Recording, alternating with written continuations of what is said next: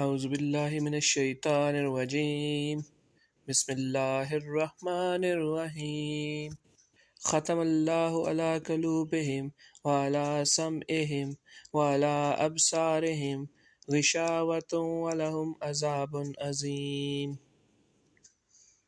ومن الناس من یقول آمنا باللہ وبالیوم الآخر وما هم بمؤمنین۔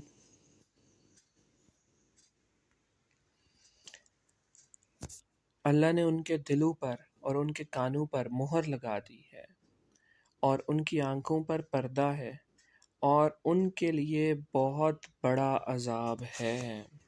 کچھ لوگ کہتے ہیں کہ ہم اللہ پر اور آخرت کے دن پر ایمان لے آئے ہیں، حالانکہ وہ ایمان والے نہیں ہیں۔ ختم اللہ نے مہر لگا دی۔ ارشاد فرمایا کہ ان کافروں کا ایمان سے محروم رہنے کا سبب یہ ہے کہ اللہ تعالیٰ نے ان کے کانوں دلوں پر مہر لگا دی ہے۔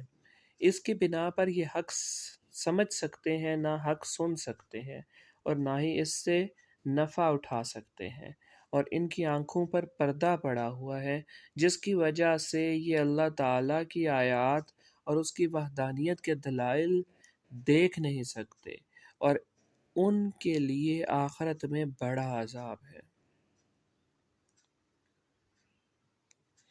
یہاں یہ بات یاد رہے کہ جو کفار ایمان سے محروم ہیں، ان پر ہدایت کی راہیں شروع سے بند نہ تھیں، ورنہ تو یہ اس بات کا بہانہ بنا سکتے تھے، بلکہ اصل یہ ہے کہ ان کے کفر اور عناد اور سرکشی اور بے دینی، حق کی مخالفت اور انبیاء کرام علیہ السلام سے عداوت کے نتیجے میں ان کے دلوں پر اور کانوں پر مہر لگا دی، آنکھوں پر پردے پڑ گئے۔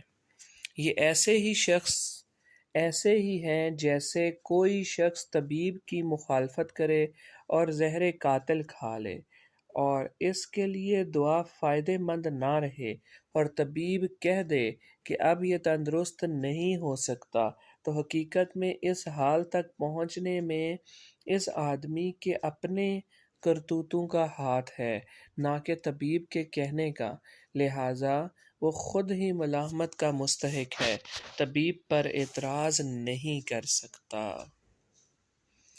وَمِنَ النَّاسِ مَن يَقُولُ، اور کچھ لوگ کہتے ہیں۔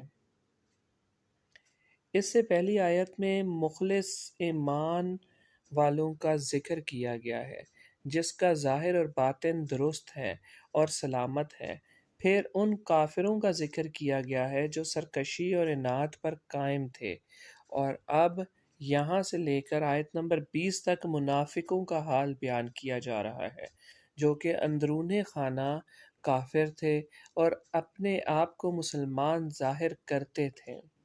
اس آیت کا خلاصہ یہ ہے کہ کچھ لوگ اپنی زبانوں سے اس طرح کہتے ہیں کہ ہم اللہ تعالیٰ پر اور آخرت کے دن پر ایمان لے آئے ہیں، حالانکہ وہ ایمان لانے والے نہیں ہیں، کیونکہ ان کا ظاہر ان کے باطن کے خلاف ہے، بلکہ حقیقت یہ ہے کہ وہ منافق ہیں۔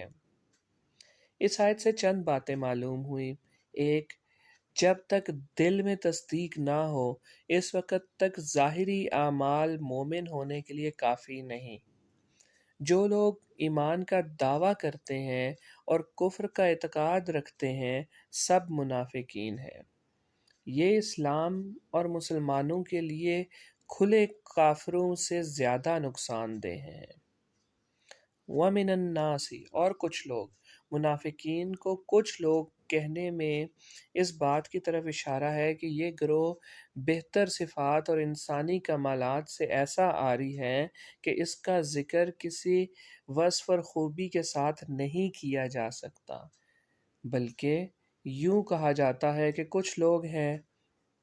اس لیے انبیاء کرام علیہ السلام کو محض انسان یا صرف بشر کے لفظ سے ذکر کرنے میں ان کے فضائل و کمال کا انکار کا پہلو نکلتا ہے، لہٰذا اس سے اجتناب کرنا چاہیے۔